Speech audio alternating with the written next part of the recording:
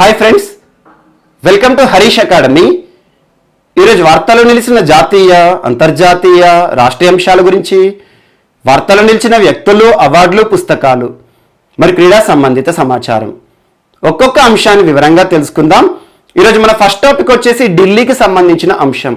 So ఇటీవల ఢిల్లీ తరచూ వార్తలు నిలుస్తున్న ఒక ముఖ్యమైన అంశాల్లో పర్యావరణ సమస్యలకు సంబంధించి పర్యావరణ సమస్యలను నివారించాలి, అరికట్టాలి అనే ఉద్దేశంతో ఢిల్లీ ప్రభుత్వం ప్రవేశపెట్టిన ప్రత్యేక అవగాహన కార్యక్రమాలే కానివ్వండి, క్యాంపెయినింగ్స్, మరియు ఢిల్లీ ప్రభుత్వం తీసుకొచ్చిన ప్రత్యేక విధానాలు, పాలసీలే కానివ్వండి, మరియు ఢిల్లీ ప్రభుత్వం ప్రవేశపెట్టిన ప్రత్యేక పథకాలు, స్కీమ్సే కానివ్వండి, వీటికి సంబంధించి తరచూ ఏదో ఒక అంశాన్ని మనం చర్చించుకుంటున్నాం. ఈరోజు అలాంటి ఒక అంశమే, అలాంటి ఒక ప్రత్యేక అవగాహన కార్యక్రమం వార్తలు నిలిచింది. ఢిల్లీకి సంబంధించి స్విచ్ ఢిల్లీ క్యాంపెయిన్.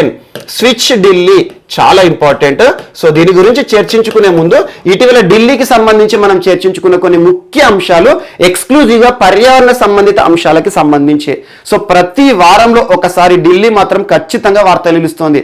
అలా అత్యధిక సార్లు ఢిల్లీ ఏ అంశాల విషయంలో వార్తలు నిలిచింది అంటే పర్యావరణ సమస్యలను ఎదుర్కొంటూ. సో పర్యావరణ సంబంధిత సమస్యల పరంగా ఇటీవల ఢిల్లీ తరచూ వార్తలు నిలుస్తోంది. వారానికి 1 లేదా 2 సార్లు వార్తలు నిలిస్తే ఖచ్చితంగా ఆ టాపిక్ ఏదైతే ఉంటుందో అది పర్యావరణ సంబంధిత అంశాల విషయంలో మనం చర్చించుకుంటున్నాం. సో అందులో ముఖ్యంగా ఇటీవల మనకు ఒక నివేదిక చూసాము. ప్రపంచవ్యాప్తంగా అత్యంత కాలుష్య సమస్యలను ఎదుర్కొంటున్న నగరాల జాబితాకి సంబంధించి టాప్ 3 సిటీస్ లో మనకు పాకిస్తాన్లోని లాహోర్ ఉంది, మరియు భారతదేశ రాజధాని ఢిల్లీ ఉంది, నేపాల్కి సంబంధించి కాఠ్మండు ఉంది, వీటితో పాటు చైనాకి సంబంధించి బీజింగ్ కానివ్వండి చాలా ఉన్నాయి. మన భారతదేశం విషయానికి వస్తే దేశ రాజధాని ఢిల్లీ కాలుష్య రాజధానిగా కూడా తరచూ వార్తలు నిలుస్తుంది. చాలా ఇంపార్టెంట్.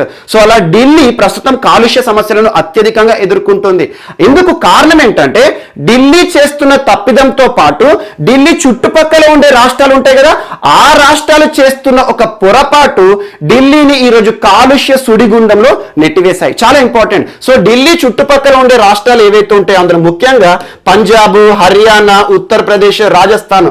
ఎగ్జాంపుల్, ఈ ఢిల్లీ చుట్టుపక్కల ఉండే రాష్ట్రాల్లో ఉండే రైతులు ఎవరైతే ఉంటారో వారు పంట కాలం ముగిసిన తర్వాత ఆ పంట పొలం ఉంటుంది కదా, ఆ క్రాప్ ఏదైతే ఉంటుందో ఆ క్రాప్ వారి యొక్క హార్వెస్టింగ్ టైం ముగిసిన తర్వాత ఆ పంట చెత్త మొత్తాన్ని కూడా క్రాప్ రెసిడ్యూ లేదంటే ప్యాడీ స్టబుల్ అంటాము, ఆ పంట పొలంలో మిగిలిపోయిన పంట చెత్త మొత్తాన్ని కూడా ఆ పొలంలోనే దహనం చేస్తారు, అంటే కాల్చేస్తారు అన్నట్టు. అలా దహన ప్రక్రియ ద్వారా వెదజల్లిన ఆ కాలుష్య ఉద్గారాలు ఏవైతే ఉంటాయో దట్టమైన పొగ మధ్యలో ఉన్న ఢిల్లీ పైన పేరుకొని దట్టమైన పొగలాగా కాలుష్య సమస్యలోకి నెట్టివేస్తుంది. దీంతో పాటు ఢిల్లీలో జరుగుతున్న ఒక తప్పిదం ఏంటంటే దేశ రాజధాని ఢిల్లీ. సో రాజధాని పరంగా చూసినా కూడా అత్యధికంగా వాహనాలు ఉంటాయి. ఎందుకంటే సెలబ్రిటీస్ వస్తూనే ఉంటారు, విఐపీలు వస్తూనే ఉంటారు, వెళ్తూనే ఉంటారు. ప్రస్తుతం పార్లమెంట్ సమావేశాలు జరుగుతూ ఉంటాయి. సో మొత్తం దేశానికి సంబంధించి పరిపాలన మొత్తం కూడా ఢిల్లీలో కేంద్రీకృతమైంది కాబట్టి చాలా విఐపీలు వస్తారు. At the same time personal vehicles కూడా ఉంటాయి, చాలా సంస్థలు కూడా ఉన్నాయి. సో అలాంటి ఢిల్లీలో ఈ పర్సనల్ వెహికల్స్ ఏవైతే ఉంటాయో కార్లు కానివ్వండి, జీబులు కానివ్వండి, సో 2 వీలర్స్ కానివ్వండి, ఇలాంటివి ఏవైతే ఉంటాయో అత్యధికంగా కన్జంప్షన్ చేస్తున్నాం. అందులో భాగంగా పెట్రోల్, డీజిల్ వాహనాల నుండి వెదజల్లే దట్టమైన పొగ కానివ్వండి, పొల్యూషన్ ఎమిషన్స్. సో అలా ఇవన్నీ కూడా ఢిల్లీని సమస్యలో చిక్కేలా చేస్తున్నాయి. సో వీటన్నిటిని దృష్టిలో ఉంచుకొని ఇటీవల ఢిల్లీ ప్రభుత్వం ప్రారంభించిన కొన్ని ఇంపార్టెంట్ పథకాలు కానివ్వండి, పాలసీలు కానివ్వండి, యాప్లు కానివ్వండి, వాటిపైన ప్రత్యక్ష శ్రద్ధ చూపండి. ఎగ్జాంపుల్, రెడ్ లైట్ ఆన్ గాడి ఆఫ్ అనే ఒక ప్రత్యేక అవగాహన కార్యక్రమం గురించి మనం చూసాము. రెడ్ లైట్ ఆన్ గాడి ఆఫ్ అంటే ఏంటి? మనకు పేర్లను చూడండి, దాని అర్థం చూడండి. మనం ప్రయాణించే వాహనం ఏదైతే ఉంటుందో ట్రాఫిక్ సిగ్నల్ రెడ్ లైట్ పడింది అనుకోండి ఆగుతాం. మనందరము చేసే మిస్టేక్ ఏంటి? ఆ ఇంజన్ ఏదైతే ఉంటుందో వాహనానికి సంబంధించి ఇంజన్ ఆన్లోనే ఉంచుతాము, తప్పకోసారి మనం యాక్సిలరేటర్ ని ప్రెస్ చేస్తూనే ఉంటాము. దీని ద్వారా ఏమవుతుందంటే పొల్యూషన్ ఎమిషన్స్ ఆ వాహనం నుండి విపరీతంగా కాలుష్యం అనేది వెదజల్లడానికి కారణమవుతున్నాం. ఇలాంటి అంశాలను దృష్టిలో ఉంచుకొని రెడ్ లైట్ ఆన్ గాడి ఆఫ్ అంటే ఎప్పుడైతే ట్రాఫిక్ సిగ్నల్ పడుతుందో ఆ గాడి ఇంజన్ ని ఆఫ్ చేయండి అని చెప్పేసి ఒక ప్రత్యేక కార్యక్రమాన్ని తీసుకొచ్చింది. మరియు ఇటీవల అలాంటి ఒక అంశం యుద్ధ ప్రదూషణకే విరుద్ధ్ అనే ఒక ప్రత్యేక కార్యక్రమమే కానివ్వండి, మరియు గ్రీన్ ఢిల్లీ యాప్ అనే ఒక ప్రత్యేక యాప్ ని కానివ్వండి, మరియు ఇటీవల ఢిల్లీ విషయంలో స్మార్ట్ టవర్ వివాదమే కానివ్వండి, సుప్రీంకోర్టు కూడా ఇన్వాల్వ్ అయింది. చాలా ఇంపార్టెంట్. మరియు ఇటీవల దీనిపైన అధ్యయనం చేయడానికి ఢిల్లీ చుట్టుపక్కల రాష్ట్రాలు చేస్తున్న ఈ పొరపాటు, ఈ తప్పిదం ఏదైతే ఉంటుందో క్రాప్ రెసిడ్యూ పంట చెత్త దహనానికి సంబంధించి అధ్యయనం చేసే విషయంలో ఇటీవల సుప్రీంకోర్టు నియమించిన ఏకసభ్య కమిటీ గురించి మనం చూసాం. మదన్ బి లోకూర్ కమిటీ చాలా important. Madan B Lokur committee తర్వాత ఎందుకు రద్దయింది, ఇలా ఇలాంటి అన్ని అంశాలు మనం చూసాము. మరియు ఈ రోజు అలాంటి ఒక అంశమే స్విచ్ ఢిల్లీ అనే ఒక ప్రత్యేక క్యాంపెయిన్ ని ప్రారంభించింది ఢిల్లీ ప్రభుత్వం. దీని యొక్క ఉద్దేశం ఏంటి? సో పర్యావరణ సమస్యలను దృష్టిలో ఉంచుకొని ప్రస్తుతం వస్తున్న కాలుష్య ఉద్గారాలు ఏవైతే ఉంటాయో వాహనాల నుండి వాటిని నివారించాలి, నియంత్రించాలి అనే ఉద్దేశంతో ప్రత్యేకంగా ప్రజల్లో అవగాహన తీసుకువస్తున్నారు. ఆ అవగాహన ఏంటంటే ప్రజలందరూ కూడా ఎలక్ట్రిక్ వాహనాల వైపు మళ్లించాలి. సో ప్రజలందరినీ కూడా ఎలక్ట్రిక్ వెహికల్ వైపు మళ్లించాలి, ఆ విషయంలో ఆకర్షితం చేయాలి. అంటే ఏంటి? అట్రాక్టివ్ మెజర్ తీసుకురావాలి. సో ఎలక్ట్రిక్ వెహికల్ యొక్క ఉపయోగం ఏంటి? ఇటీవల తరచు మనం చూస్తున్నాం. మనం తెలంగాణ ప్రభుత్వం ఎలక్ట్రిక్ వెహికల్ పాలసీ అని చెప్పేసి 2 days బ్యాక్ చూసాము. కర్ణాటక రాష్ట్ర ప్రభుత్వం ఎలక్ట్రిక్ వెహికల్ పాలసీ అని చెప్పేసి తరచు చర్చించుకుంటున్నాం. అలా ఢిల్లీ ప్రభుత్వం 2020 సంవత్సరం ఎలక్ట్రిక్ వెహికల్ పాలసీని తీసుకొచ్చింది. అంటే ఏంటి? మనకి ఏదైతే ఉంటుందో విద్యుత్ ద్వారా, ఛార్జింగ్ ద్వారా నడిచే వాహనాలు ఏవైతే ఉంటాయో వాటి విషయంలో ప్రజలకు అవగాహన తీసుకురావడానికి ఈరోజు స్విచ్ ఢిల్లీ అనే ఒక ప్రత్యేక క్యాంపెయిన్ తీసుకొచ్చింది. అంటే ఏంటంటే ఎలక్ట్రిక్ వాహనాన్ని వాడితే మనకు కలిగే లాభం ఏంటి? మనకు ఫస్ట్ లాభం ఉండాలి. ఆ లాభంలో భాగంగా ప్రభుత్వం ప్రత్యేక సబ్సిడీలు కూడా ఇస్తుంది. సో ఎలక్ట్రిక్ వెహికల్ ఎవరైనా కొనుగోలు చేసిన వినియోగదారుడు ఎవరైతే ఉంటారో వారికి ప్రత్యేక సబ్సిడీ ప్రభుత్వం ఇస్తుంది. ఎట్ ద సేమ్ టైం ప్రస్తుతం ఏ వాహనాలైనా కొనుక్కోవడం ఈజీగానే ఉంటుంది, కానీ దానికి సర్వీస్ మెయింటెనెన్స్ అనేది చాలా ఇబ్బందిగా ఉంటుంది. ఏ వాహనమైనా కూడా మనకి 6 నెలలకు కానివ్వండి, 1 year కానివ్వండి, నిర్ణీత సమయంలో ఖచ్చితంగా సర్వీస్ అనేది ఉండాలి. సో దానికి సంబంధించి సర్వీసింగ్ అంశాలను దృష్టిలో పెట్టుకుంటాం. ఎట్ ద సేమ్ టైం ఈ వెహికల్ ని వినియోగించాలి అంటే అందులో ఉండే ఫ్యూయల్ ఏదైతే ఉంటుందో మనకు చూడండి, పెట్రోల్ కానివ్వండి, డీజిల్ కానివ్వండి, ఇలాంటి పెట్రోల్ డీజిల్ బంకులు ఏవైతే ఉంటాయో పెట్రోల్ బంకులు మనకు రెగ్యులర్ గా కనబడుతుంటాయి. ఒక రోడ్డు పైకి మనం ఎక్కామంటే రెగ్యులర్ గా మనకు కనిపిస్తూనే ఉంటాయి, పక్కనే ఉంటాయి కొన్ని సంస్థలకు సంబంధించి. సో ఇవన్నీ కూడా మనకి సర్వీస్ ఓరియంటెడ్ గా ఉన్నాయి. అంటే ఏంటంటే వెహికల్ అనుకోకుండా సడన్ గా ఆగినా కూడా అక్కడికక్కడ మనకు ఆ ఇంధనం ఏదైతే ఉంటుందో నింపుకోవచ్చు.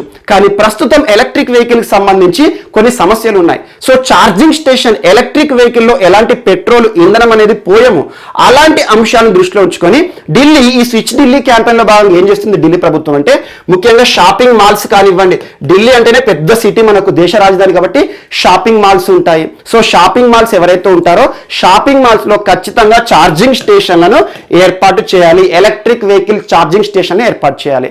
At the same time cinema hall. So cinema hall అంటేనే చూడండి, మనం లోపలికి వెళ్ళామంటే మినిమం 3 hours వరకు బయటికి రాము. సో ఈ 3 hours టైంలో కూడా తన ఒకవేళ ఎలక్ట్రిక్ వెహికల్ ఉందనుకోండి, ఈ వెహికల్ ఛార్జింగ్ చేసుకునే ఉద్దేశం ఇస్తే బాగుంటుంది అని చెప్పేసి సినిమా హాల్లో కానివ్వండి, అండ్ రద్దీ ఎక్కువగా ఉండే ప్రదేశాల్లో కానివ్వండి, ముఖ్యంగా shopping malls, super markets, so ఎక్కడ మనకు పాఠశాలల ప్రాంగణంలో కానివ్వండి, ఎక్కడ అనుకూలంగా ఉంటే ఆ ప్రాంతంలో ప్రత్యేకంగా ఛార్జింగ్ స్టేషన్లను కూడా ఏర్పాటు చేయండి అని చెప్పేసి ప్రభుత్వ యంత్రాంగము ఇటీవల అధికారులకు కూడా సూచనలు ఇచ్చింది. మరి అట్ ద సేమ్ టైం యువతకి ఎవరైనా డాడ్స్ గిఫ్ట్ అని చెప్పేసి ఇంట్లో వాళ్ళు పెద్దలు వెహికల్ ని బహుమతిగా ఇస్తారు, గిఫ్ట్ గా ఇస్తారు. అలా గిఫ్ట్ గా ఇచ్చే మొట్టమొదటి వాహనం మీ యొక్క వారసుడికి ఎలక్ట్రిక్ వెహికల్ నే ఇవ్వండి అని చెప్పేసి ఒక ప్రత్యేక క్యాంపెయిన్ ని ఇందులో భాగంగా అవగాహన తీసుకొస్తున్నారు ఢిల్లీ ప్రభుత్వం, ఢిల్లీ ప్రజల్లో. చాలా ఇంపార్టెంట్. సో ఇలాంటి అన్ని అంశాల దృష్టిలో ఉంచుకొని ఎలక్ట్రిక్ వెహికల్ వినియోగం పైన ప్రజల్లో అవగాహన కల్పించాలి. ఇది వాడితే లాభం ఏంటంటే మనకు ప్రస్తుతం చూడండి, నూతన బడ్జెట్ లో కూడా మనకు పెట్రోల్ డీజిల్ ధరలు ఏవైతే ఉంటే ఆ బడ్జెట్ ఇన్ఫ్లుయెన్స్ అనేది దానిపైన ఖచ్చితంగా పడుతుంది. 100 రూపాయల పైచిలకు వస్తుంది. ఇప్పటికే చూడండి పెట్రోల్ రేటు విపరీతంగా పెరుగుతుంది. సో అలా విపరీతంగా పెరుగుతున్న పెట్రోల్ ధరను ఆటోమేటిక్ గా మన జేబుల నుండి ఖర్చు చేయడం ఎందుకు?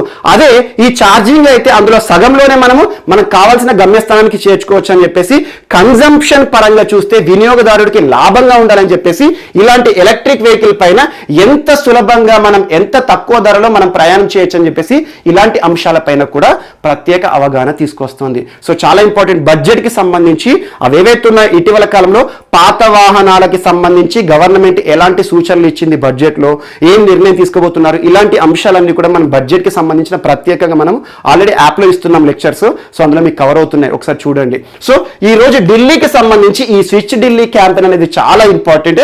ఈ స్విచ్ ఢిల్లీ క్యాంపెయిన్ లో భాగంగా ప్రజల్లో ఎలక్ట్రిక్ వెహికల్ పైన ప్రత్యేక అవగాహన తీసుకొస్తోంది ఢిల్లీ ప్రభుత్వం. అండ్ ఇంకొక అంశం, ఢిల్లీ ప్రభుత్వం 2020 సంవత్సరంలో ఎలక్ట్రిక్ వెహికల్ పాలసీని తీసుకొచ్చింది. అంటే ఏంటి? ఎలక్ట్రిక్ విద్యుత్ వాహనాల విధానం అన్నట్టు. ఆ విధానం ద్వారా దాదాపు ఇప్పటి వరకు ఢిల్లీలో 6000 ఎలక్ట్రిక్ వాహనాలు ఏవైతే ఉంటాయో వీటి అమ్మకం జరిగిందని చెప్పేసి ప్రభుత్వం అధికారికంగా నిన్న ప్రెస్ స్టేట్మెంట్లో ఇవ్వడం జరిగింది. ఇది ఒకటి ఇంపార్టెంట్. సో ఢిల్లీకి సంబంధించిన అంశము చాలా ఇంపార్టెంట్. సో ప్రస్తుతం ఢిల్లీ మరొక అంశంతో కూడా వార్తలు నిలుస్తోంది. నిన్నటి క్లాస్లో కూడా నేను చెప్పాను, ప్రస్తుతం రైతు ఆందోళన జరుగుతున్నాయి, రైతు ఉద్యమాలు జరుగుతున్నాయి. ఇలాంటి రైతు ఉద్యమాలను దృష్టిలో ఉంచుకొని కొంతమంది సెలబ్రిటీలు కూడా మద్దతు ఇస్తున్నారని చెప్పేసి నిన్న ఇద్దరి పేర్లు చెప్పాను. ప్రముఖ pop singer Rihanna, Barbadian singer Rihanna అని చెప్పాను. బార్బడోస్ సంబంధించిన సింగర్, ప్రపంచవ్యాప్తంగా ఆదరణ పొందిన ఒక సింగర్. మరియు ఇంకొక ఎన్విరాన్మెంటలిస్ట్ అంటే పర్యావరణవేత్త, ప్రస్తుతం చిన్నారి, తనెవరు గ్రెటా థెన్బర్గ్, ఇద్దరు కూడా వివాదాస్పదం అవుతున్నారు. సో వీరు మద్దతు ఏదైతే ఉంటుందో నిన్నటి క్లాస్లో చూసాము. ఈ రోజు కేంద్ర ప్రభుత్వానికి మద్దతు పలుకుతూ వ్యవసాయ చట్టాలన్నీ కూడా అద్భుతమైన చట్టాలు, భారత ప్రభుత్వం తీసుకువచ్చిన వ్యవసాయ చట్టాలు అద్భుతంగా అమలు చేస్తే మాత్రం మంచి ఫలితాన్ని చూస్తుంది భారత ప్రభుత్వం అని చెప్పేసి భారతదేశ ప్రభుత్వాన్ని ప్రశంసించారు అమెరికాకి నూతనంగా అధ్యక్షులుగా ఎన్నికైన జో బైడెన్ గారు. సో దీనికి సంబంధించి ఇంకొన్ని అంశాలు కూడా ప్రస్తావించారు. ప్రస్తుతం భారతదేశంలో వ్యవసాయ మార్కెట్ల విస్తరణ విషయంలో ఈ చట్టాలు అద్భుతంగా పనిచేస్తాయి, రైతుకు లాభంగా ఉంటాయని చెప్పేసి అమెరికా భారత్కి మద్దతుగా ఈరోజు బాసటగా నిలబడింది. చాలా ఇంపార్టెంట్. సో ఇటీవల కెనడా ప్రధాని ఏమో భారత్కి వ్యతిరేకంగా రైతులకు మద్దతు ఇచ్చారు. సో బ్రిటన్ కూడా రైతులకు మద్దతు ఇచ్చింది. కానీ అగ్రదేశం అమెరికా మాత్రం ఇటీవల జనవరి 20వ తేదీ నాడు ప్రమాణ స్వీకారం చేసిన ప్రస్తుతం జో బైడెన్ గారు ఇటీవల భారత సంతతి వ్యక్తులకు పెద్దపీట వేస్తున్నారు. భారత సంతతి వ్యక్తులు తరచూ కూడా కొన్ని క్రియాశీలక నియామకాల విషయంలో వార్తలు ఇచ్చారు. మనం తరచూ చూసాం. దాదాపు 25 మంది సభ్యులు, వారికి సంబంధించి PDF లో ఇచ్చాను, ఒకసారి చూడండి. సో అలా భారత్ కి మద్దతుగా ఈరోజు జో బైడెన్ గారు వార్తలు ఇచ్చారు. వ్యవసాయ చట్టాల ప్రతిఫలితం ఎలా ఉంటుంది అంటే మార్కెట్ల విస్తరణ భారతదేశంలో పెరుగుతుంది, భారతదేశంలో వ్యవసాయ సంస్కరణలను ఉద్దేశించిన చట్టాలు అద్భుతంగా ఉంటాయి అని చెప్పేసి రైతులకు ఒక మెసేజ్ కూడా పాస్ చేయడం జరిగింది. అండ్ ఇంకొక అంశం, కానీ ఇక్కడ అవగాహన లోపం మాత్రం జరిగింది. ఎక్కడైనా కూడా సమ్మెలు ర్యాలీలు అనేవి సర్వసాధారణం. సో అది ఎప్పుడు కూడా తప్పుపట్టం, శాంతియుతంగా జరుగుతుంది. కాబట్టి రైతులు చేస్తున్న దానిలో కూడా మద్దతు ఇస్తున్నాను. కాకపోతే ఏంటంటే ఈ రెండింటి మధ్యలో కోఆర్డినేషన్ అనేది ఫెయిల్ అయింది. అంటే ఏంటి, ఇద్దరి మధ్యలో కూడా అవగాహన రాహిత్యం అనేది కొరవడింది. అందుకోసం అని చెప్పేసి ఈ ఇద్దరు కూడా చర్చల ద్వారా సమస్యలను పరిష్కరించుకోవాలని చెప్పేసి భారత ప్రభుత్వానికి రైతులకు ఒక మెసేజ్ పాస్ చేస్తారు అమెరికా నూతన అధ్యక్షులు జో బైడెన్ గారు. ఇది కూడా యాడ్ చేసుకోండి, చాలా ఇంపార్టెంట్. ఎందుకంటే అగ్రదేశం అమెరికా భారత ప్రభుత్వానికి మద్దతు పలుకుతూ ట్వీట్ చేయడం జరిగింది. ఇది ఒకటి ఇంపార్టెంట్. అండ్ నెక్స్ట్, సో ఈరోజు మనము పర్యావరణ సంబంధిత అంశాలు దృష్టిలో ఉంచుకొని ఢిల్లీకి సంబంధించిన ఒక అంశాన్ని చర్చించుకున్నాం కదా. ఇంకొక అంశము ఈరోజు కేంద్ర ప్రభుత్వం ప్రారంభించిన ప్రత్యేక అంశము Gobardhan. So Gobardhan scheme. So Gobardhan scheme, Gobardhan. So gobar అంటే పేడ అన్నట్టు, మనకు గోబర్ అంటే పేడ. సో అలా గోబర్ధన్ స్కీమ్, ఇది కూడా పర్యావరణ సంబంధిత సమస్యలను దృష్టిలో ఉంచుకొని భారత ప్రభుత్వం ఈరోజు ప్రారంభించిన ప్రత్యేక పథకం అనుకోండి. ఇందులో భాగంగా ఒక పోర్టల్ని ప్రారంభించారు. సో ఈ మంత్రుల పేర్లు గుర్తుంచుకోండి. ప్రస్తుతం మినిస్ట్రీ ఆఫ్ అగ్రికల్చర్ ఎవరు? నరేంద్ర సింగ్ తోమర్ గారు. Ministry of petroleum Dharmendra Pradhan గారు. సో ధర్మేంద్ర ప్రధాన్ గారు. మరియు ministry of Animal husbandry Giriraj Singh. చాలా ఇంపార్టెంట్ వీరందరూ కూడా, ఎందుకంటే కేంద్ర మంత్రులకి సంబంధించిన సమాచారము తెలుసుకోవాలి. తరచూ వార్తలు నిలుస్తున్న మంత్రులు ఎవరు ఉంటారో, వారికి సంబంధించిన మంత్రిత్వ శాఖ ఏంటి, ఆ మంత్రిత్వ శాఖ తీసుకువస్తున్న పథకాలు ఏంటి, వీటిపైన ప్రత్యేకంగా చూడండి. సో ఇక్కడ ముగ్గురు వ్యక్తులను చెప్పాను కేంద్ర మంత్రులు. అందులో ఒకరు ministry of agriculture Narendra Singh Tomar గారు. Ministry of petroleum Dharmendra Pradhan గారు. ఇటీవల మనం వెస్ట్ బెంగాల్ విషయంలో ఒక ఆవిష్కరణ చేశారని చెప్పాను, చాలా ఇంపార్టెంట్. మరియు మినిస్ట్రీ ఆఫ్ ఎనిమల్ హస్బెండరీ అంటే పశు సంవర్ధక శాఖ కేంద్ర మంత్రి ప్రస్తుతం ఎవరు? గిరిరాజ్ సింగ్ గారు. మరియు ఇంకొక కేంద్ర మంత్రి గజేంద్ర సింగ్ షెకావత్ గారు మినిస్టర్ కన్సర్న్ విత్, తన ఆధ్వర్యంలో ఉన్న మంత్రిత్వ శాఖ ఏంటి? మినిస్ట్రీ ఆఫ్ జలశక్తి. చాలా ఇంపార్టెంట్. అండ్ ఈ మంత్రిత్వ శాఖ మినిస్ట్రీ ఆఫ్ జలశక్తి ఆధ్వర్యంలోనే ఇంకొక సహాయ మంత్రి ఇటీవల తరచు వార్తలు నిలుస్తున్నారు, తను కూడా ఇంపార్టెంట్, రామ్లాల్ కటేరియా గారు. ఈ 5గురు మంత్రులు కూడా సంయుక్తంగా ఈ రోజు ఒక ప్రత్యేక ఆవిష్కరణ చేస్తూ వార్తలు ఇచ్చారు, ఇనాగ్రేషన్ చేస్తారు. అదేంటంటే ఒక పోర్టల్. దేనికి సంబంధించిందంటే గోబర్ధన్. సో గోబర్ధన్ స్కీమ్ అంటే ఏంటంటే మనకు విలేజ్ ఏదైతే ఉంటుందో విలేజ్ అట్మాస్ఫియర్ అద్భుతంగా ఉంటుంది. చూడండి, గ్రామీణ ప్రాంతాల్లో మనకి పశువులు ఉంటాయి, క్యాటిల్ ఉంటాయి. సో క్యాటిల్ నుండి వచ్చిన పేడ ఏదైతే ఉంటుందో అందులో కూడా చూడండి, భారతదేశంలో క్యాటిల్ సెన్సెస్ అనేది అద్భుతంగా ఉంటుంది. చాలా గణనీయమైన సంఖ్యలో మనకు జంతువులు, పశువులు ఉంటాయి. అందులో దాదాపు భారతదేశంలో ప్రస్తుతం 300 మిలియన్ క్యాటిల్స్ ఉన్నాయి. సో ఈ 300 మిలియన్ క్యాటిల్స్ ఏవైతే ఉంటాయో వాటి నుండి వస్తున్న డంగ్ ఏదైతే ఉంటుందో, డంగ్ అంటే కౌ డంగ్ ఏంటంటే ఆవు పేడ. సో అలా ఈ పేడ ఏదైతే ఉంటుందో పేడను సేకరించి పేడతో పాటు మనం ఇంట్లో వాడే చెత్త ఏదైతే ఉంటుందో కూరగాయలు కానివ్వండి, సో మనం తిని పారేసే అటుకులు మనం అంట్లు అంటాము, సో ఇవి కానివ్వండి, ఇలాంటివన్నితో కూడిన ఒక ప్రత్యేక నిర్మాణాలను చేపట్టాలి. మనకి ఏంటంటే ఎర్త్లో కానివ్వండి, ప్రత్యేకంగా కొన్ని పాట్స్ ఏర్పాటు చేయడం కానివ్వండి చేసేసి అందులో ఈ ఏవైతే వేస్టేజ్ ఉంటుందో మనకి క్యాటిల్ నుండి వచ్చిన వేస్టేజ్ రెసిడ్యూ కానివ్వండి, డంగ్స్ కానివ్వండి, డంగ్ అంటేనే పేడ, సో వీటన్నిటి కూడా సేకరించేసి కొంతకాలం పాటు సమయంలో దాని నుండి మనము కంపోస్ట్ తయారు చేయొచ్చు. కంపోస్ట్ అంటే ఎరువులు కానివ్వండి, బయోగ్యాస్ని కానివ్వండి, బయో సిఎన్జిని కానివ్వండి, వీటిని తయారు చేసే విషయంలో ప్రభుత్వము ప్రత్యేకంగా అవగాహన కల్పిస్తోంది ప్రస్తుతం దేశవ్యాప్తంగా కూడా. గోబర్ధన్ స్కీమ్ చాలా ఇంపార్టెంట్. అండ్ ఇటీవల మనం చూసాము ఆల్రెడీ ఇలాంటి ఒక అంశం ఒక రాష్ట్ర విషయంలో చర్చించుకున్నాం, గోదాన న్యాయ యోజన. సో గోదాన న్యాయ యోజన అనగానే మనకు గుర్తుకు రావాల్సిన రాష్ట్రం ఛత్తీస్గఢ్ రాష్ట్రంలో ప్రస్తుతం కాంగ్రెస్ అధికారంలో ఉంది. భూపేష్ బఘేల్ గారు ముఖ్యమంత్రిగా ఉన్నారు. గోదాన న్యాయ యోజన అటు పశువులపైన ఆధారపడిన జనానికి ఎట్ ద సేమ్ టైం వ్యవసాయం చేస్తున్న రైతులకు ఇద్దరికి కూడా ప్రయోజనార్థము ఒక ప్రత్యేక ప్రోగ్రాం గోదాన్ న్యాయ యోజన చేస్తారు. అంటే ఏంటి, ఈ ఆవుల నుండి సేకరించిన పేడ ఏదైతే ఉంటుందో ఆ పేడను ప్రభుత్వము డబ్బులకి కొంటుంది. ఎవరు? ఈ పశువుల కాపర్లు ఉంటారు కదా, వారి నుండి డబ్బులకు కొంటుంది. అంటే వారికి కిలో పేడకు ₹2 ₹4 అని ఇస్తారు. ఆ తర్వాత ఈ సేకరించిన పేడ ఏదైతే ఉంటుందో ఈ పేడను కంపోస్ట్ గా మారుస్తారు. అంటే ఏంటి, మనకు సేంద్రియ ఎరువులు అంటాం, చాలా ఇంపార్టెంట్. న్యాచురల్, ఇందులో ఎలాంటి కెమికల్స్ ఉంటాయి.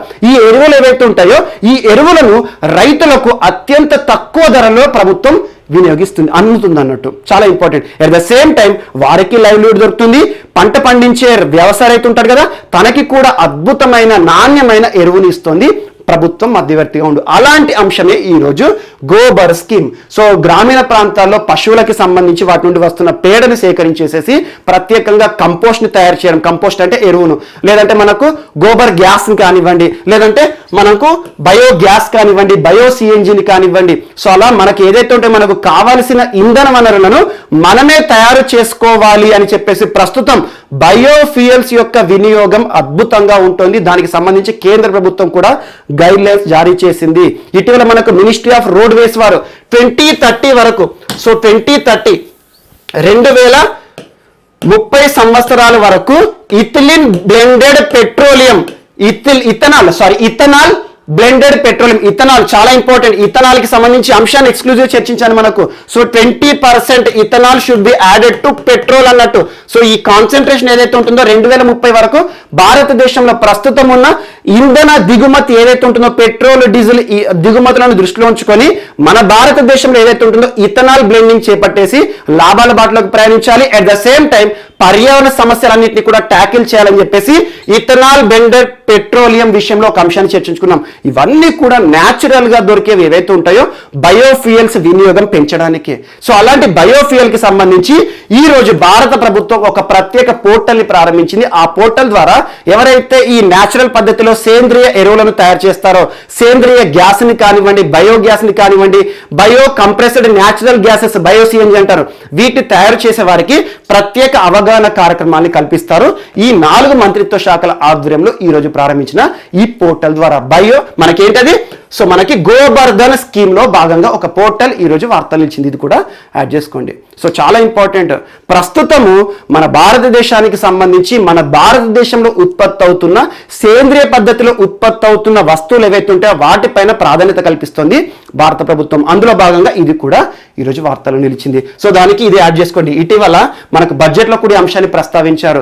2030 సంవత్సరం వరకల్లా ఇథనాల్ బ్లెండెడ్ పెట్రోలియం ని సాధించాలి, 20% ఇథనాల్ వినియోగం అనేది పెంచాలి. ప్రస్తుతం 5 to 10% మాత్రమే అమల్లో ఉంది అని చెప్పేసి. సో ఇదొకటి కూడా ఇంపార్టెంట్.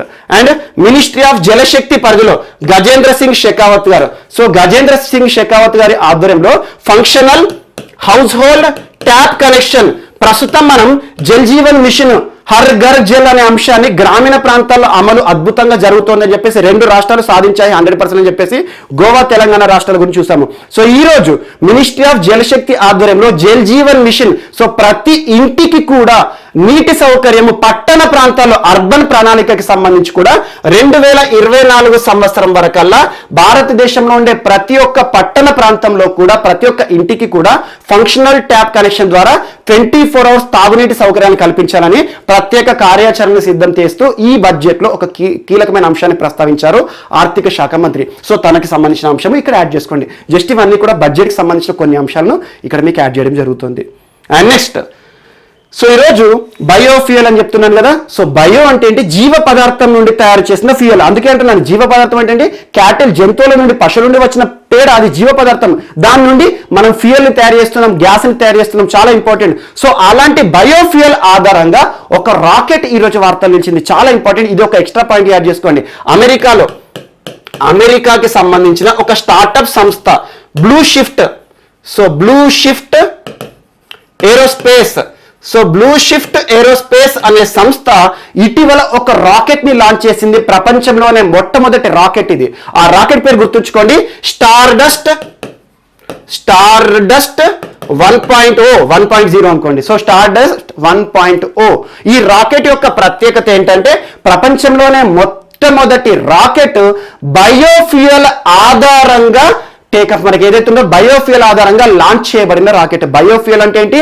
మనకు జీవ పదార్థం నుండి చేయబడిన ఇంధనం ఏదైతే ఉంటుందో ఆ ఇంధనాన్ని వినియోగించుకొని ఈ రోజు ఒక రాకెట్ లాంచ్ కూడా వార్తలు ఇచ్చింది. సో ఇక్కడ ఒకే ఒక ప్రశ్న గుర్తుంచుకోండి, ప్రపంచంలోనే మొట్టమొదటిసారి ఇటీవల బయోఫ్యూయల్ ఆధారంగా నడిచే ఒక రాకెట్ ని ప్రయోగించిన సంస్థ పేరు ఏంటి అంటే blue shift origin.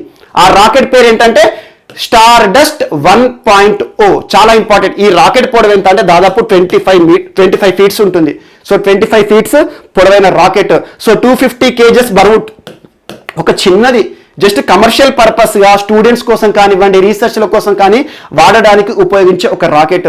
So biofuel ఆధారంగా సామర్థ్యం ఎంత ఉంటుంది? సో బయోఫ్యూయల్ ఆధారంగా మనకి ఏవైతే ఉంటాయో పేలోడ్స్, పెద్ద పెద్ద శాటిలైట్ను కూడా ప్రయోగించే ఉద్దేశంతో ఇక ముందట మనకు ప్రయోగాలు చూడబోతున్నాం అన్నట్టు. ఇది ఒకటి అంశం గుర్తుంచుకోండి. సో అలా ఒక చిన్న రాకెట్ ప్రయోగం అన్నట్టు ఇది స్టార్డస్ట్ 1.4. జస్ట్ 25 ఫీట్స్ పొడవు ఉండే ఒక రాకెట్, 250 kgs బరువు ఉండే రాకెట్, దాదాపు 8 కిలోల పేలోడ్ ను మోసుకు వెళ్లే సామర్థ్యం గల ఒక రాకెట్. ప్రపంచంలోనే మొట్టమొదటి బయోఫ్యూయల్ ని ఇంధనంగా వాడుకొని ప్రయాణించే ఒక రాకెట్ ప్రయోగము ఈరోజు అమెరికాకి సంబంధించి వార్తలు నిలిచింది.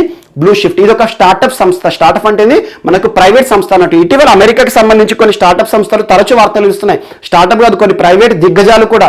ఎగ్జాంపుల్ ఎలాన్ మస్క్ కి సంబంధించి స్పేస్ ఎక్స్ సాధిస్తున్న ఘనతలు ఈరోజు ఏ దేశం కూడా సాధించని ఘనతలు స్పేస్ ఎక్స్, ఎలాన్ మస్క్ కి సంబంధించిన సంస్థ సాధిస్తోంది. చాలా ఇంపార్టెంట్.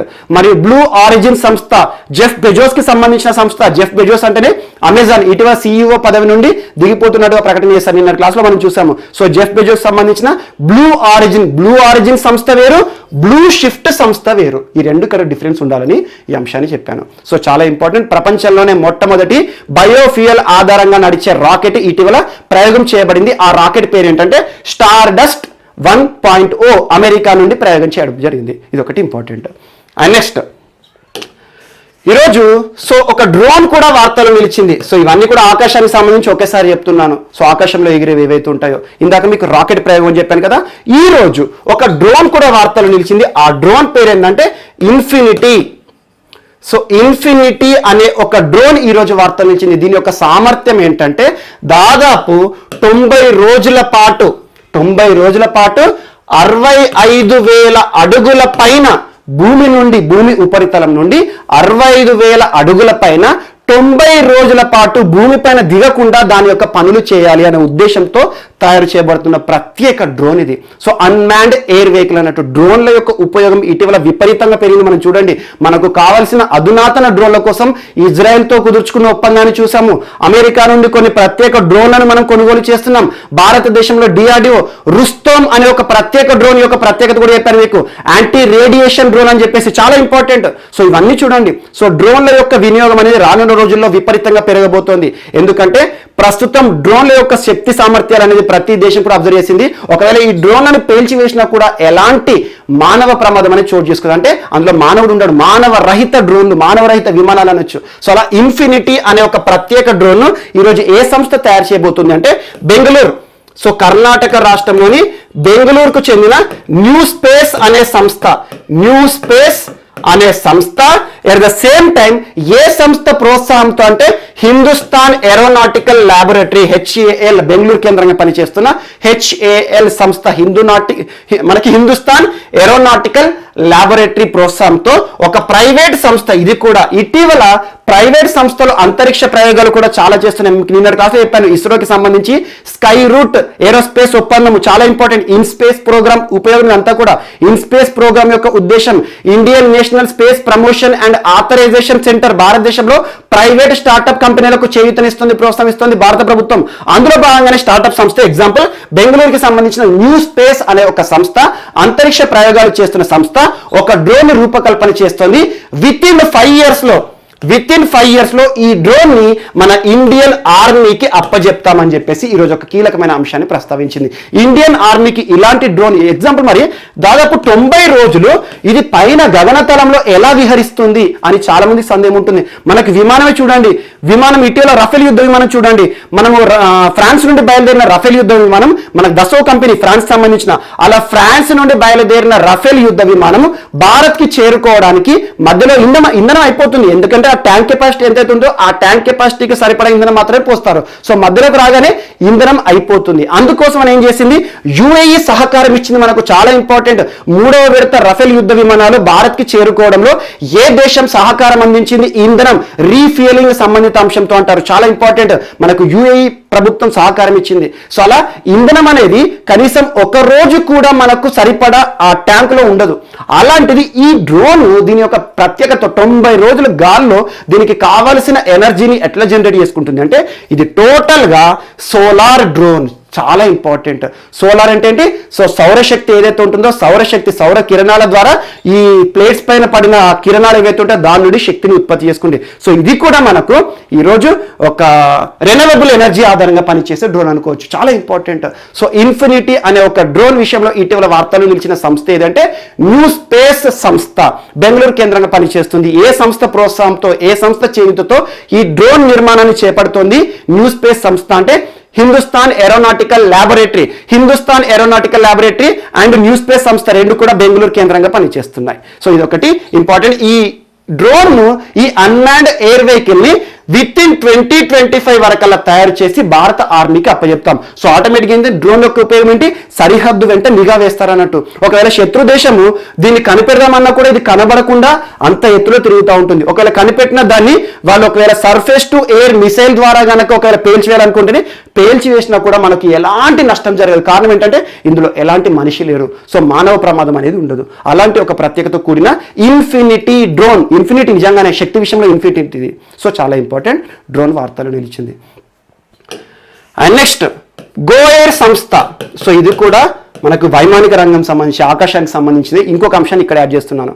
సో తెలంగాణ నుండి నేరుగా మాల్దీవుల వరకు డైరెక్ట్ ఫ్లైట్ సర్వీసెస్ సంబంధిత అంశం ఈరోజు వార్తలు నిలిచింది. లాస్ట్ మంత్ ఎగ్జాక్ట్లీ ఇదే టైంలో మనం ఒక అంశాన్ని చర్చించుకున్నాం.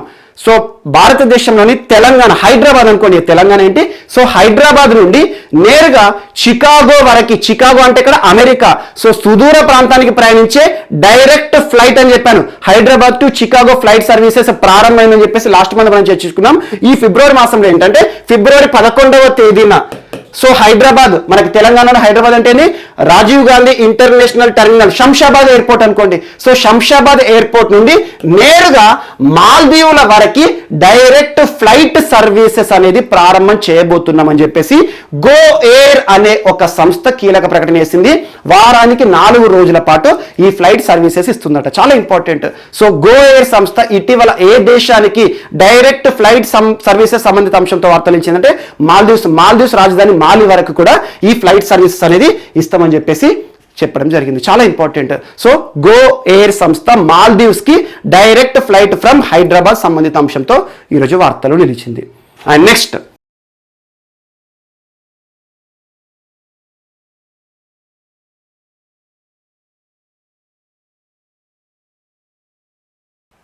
సో ఈరోజు మన నెక్స్ట్ టాపిక్ వచ్చేసి వైజాగ్ స్టీల్ ప్లాంట్ కి సంబంధించిన అంశం. So Visakha steel plant.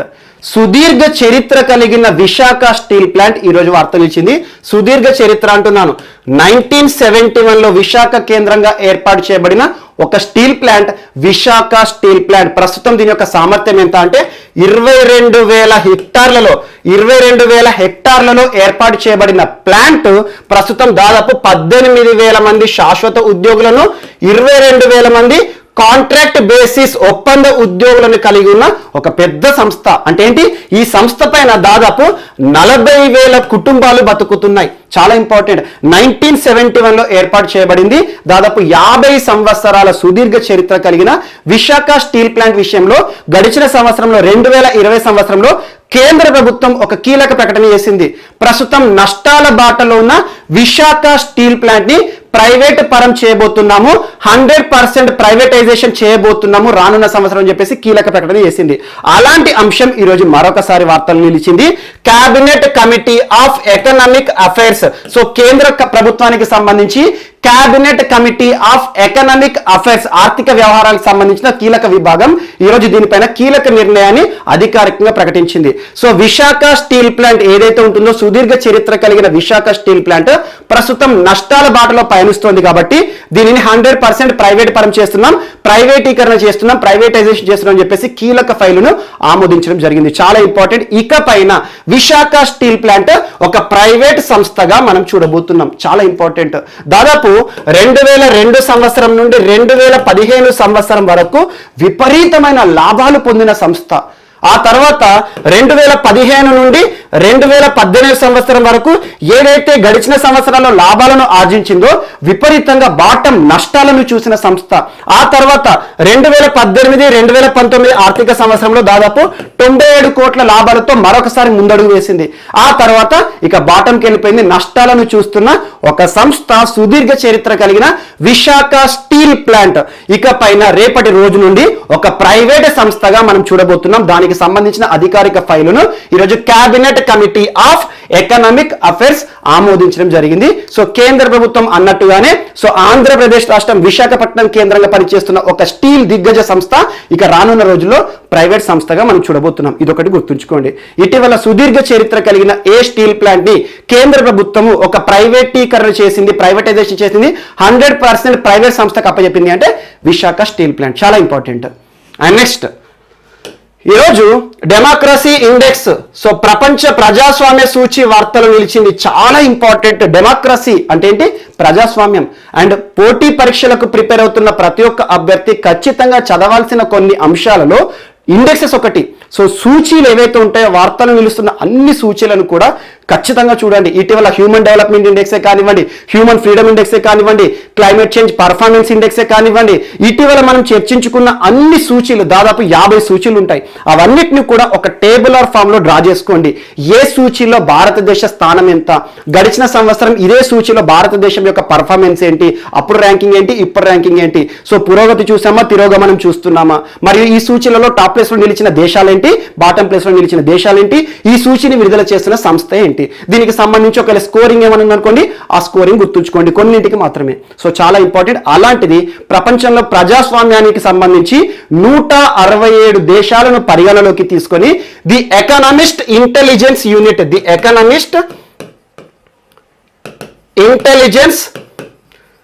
Unit అనే ఒక సంస్థ, ఈ సంస్థ యొక్క హెడ్ క్వార్టర్ అండ్ గుర్తుంచుకోండి, ఏ సూచిని ఏ సంస్థ విడుదల చేస్తుంది, దాని యొక్క ప్రధాన కార్యాలయం ఏంటి, ఎన్ని దేశాలను పరిగణలోకి తీసుకుంది, ఇలాంటి అంశాలు కూడా చూడండి, ఖచ్చితంగా చూడండి. సో లండన్ కేంద్రంగా పనిచేస్తుంది, బ్రిటన్ కేంద్రంగా పనిచేస్తున్న ది ఎకనామిస్ట్ ఇంటెలిజెన్స్ యూనిట్, వీరు విడుదల చేసిన మరొక సూచి గురించి మనం లాస్ట్ వీక్ చర్చించుకున్నాం, ఒకసారి చూడండి. So the economist intelligence unit ప్రపంచంలోని 167 దేశాలను పరిగణలోకి తీసుకొని ఒక ర్యాంకులను విడుదల చేసింది. ఇందుకోసం దాదాపు 5 అంశాలను పరిగణలోకి తీసుకుంటారు. అందులో ఇంపార్టెంట్, సో డెమోక్రసీ సంబంధించి ఎలక్టోరల్ ప్రాక్టీసెస్ ఏ రకంగా ఉన్నాయి, సివిల్ లిబర్టీస్ ఏ రకంగా ఉన్నాయి, సో పబ్లిక్ గవర్నెన్స్ ఏ రకంగా ఉంది, ప్రభుత్వం ఏ రకంగా పరిపాలిస్తుంది, చాలా అంశాలు 5 అంశాలను తీసుకొని ఒక ర్యాంకింగ్స్ అనేది విడుదల చేస్తారు.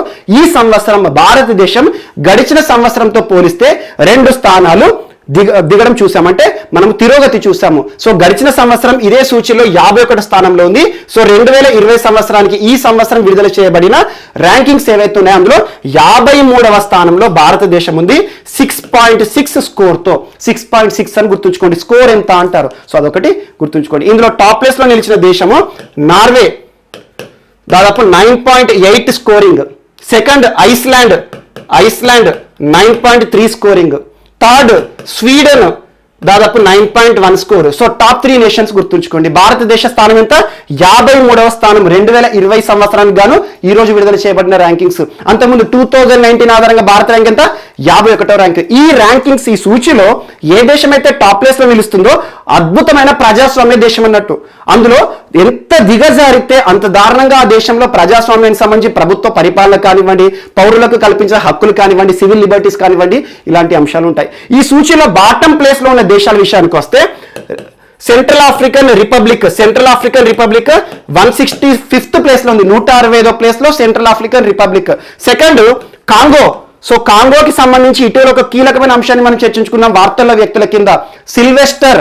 సో ప్రస్తుతం కాంగో ప్రధాని రాజీనామా సంబంధిత అంశంతో వార్తలు ఇచ్చారు జస్ట్ 2 days బ్యాక్. ప్రజాస్వామ్యం ఎప్పుడు కూడా గందరగోళంగా ఉంటుంది కాంగో దేశంలో. అండ్ నెక్స్ట్ ఒక నియంత దేశం. సో కాంగో ఎంత? 166th place. సో ఈ సూచీలో అన్నిటికంటే దిగువ స్థానంలో ఉన్న దేశం ఏదంటే నార్త్ కొరియా. చాలా important. So Kim Jong Un ఒక నియంత. మనం చూస్తూనే ఉంటాం నార్త్ కొరియా అనేది ఏ దేశంతో కూడా ఎప్పుడు కలవదు. సో హైడ్రోజన్ బాంబు వేసినామంటారు, సో రకరకాల చర్యలు తీసుకుంటారు, కరోనా వస్తే ఆ పేషెంట్ చంపేస్తారని చెప్పేసి. సో ఆ దేశంలో రక్షణ శాఖ మంత్రినే పార్లమెంట్ లో కునుకు తీశాడు, పడుకున్నాడని చెప్పేసి శాశ్వత నిద్రనిచ్చిన దేశం, అంటే చంపేసిన దేశం. అలాంటి దేశం, ఒక నియంత దేశం. సో నార్త్ కొరియా ప్రజాస్వామ్య సూచీలో చివరి స్థానంలో ఉంది. ఇవి ఒక్కటే గుర్తుంచుకోండి. So top 3 nations, bottom 3 nations. Bottom 3లో 165th Central African Republic, 166th మనకి కాంగో దేశం, మరియు నార్త్ కొరియా చివరి దేశంగా ఉంది. సో ఇందులో భారత స్థానము 53. ఈ సూచిని విడుదల చేసే సంస్థ ది ఎకనామిస్ట్ ఇంటెలిజెన్స్ యూనిట్. ఏ దేశం కేంద్రంగా పనిచేస్తుంది? బ్రిటన్ దేశం కేంద్రంగా, లండన్ కేంద్రంగా పనిచేస్తున్న సంస్థ. So India scoring 6.6. ఈ టాప్ 3 నేషన్ స్కోరింగ్ గుర్తుంచుకోండి. ఇవేంటంటే నెగ్లిజిబుల్, ఇది ఒకటి ఇంపార్టెంట్. అండ్ నెక్స్ట్, సో ఈరోజు మనకు భీమ్సేన్ గురురాజ్ జోషి చరిత్రకి సంబంధించి ఫిబ్రవరి 4వ తేదీన చరిత్రకి సంబంధించి కొన్ని కీలక ఘట్టాల వార్తలు ఇచ్చాయి. ఒకటి భీమ్సేన్ జోషి. సో భీమ్సేన్ గురురాజ్ జోషి అంటాము. సెకండ్ పివి నరసింహారావు గారికి సంబంధించి ఒక కీలకమైన అంశం వార్తలు ఇచ్చింది. Third Chauri Chaura event, Chauri Chaura.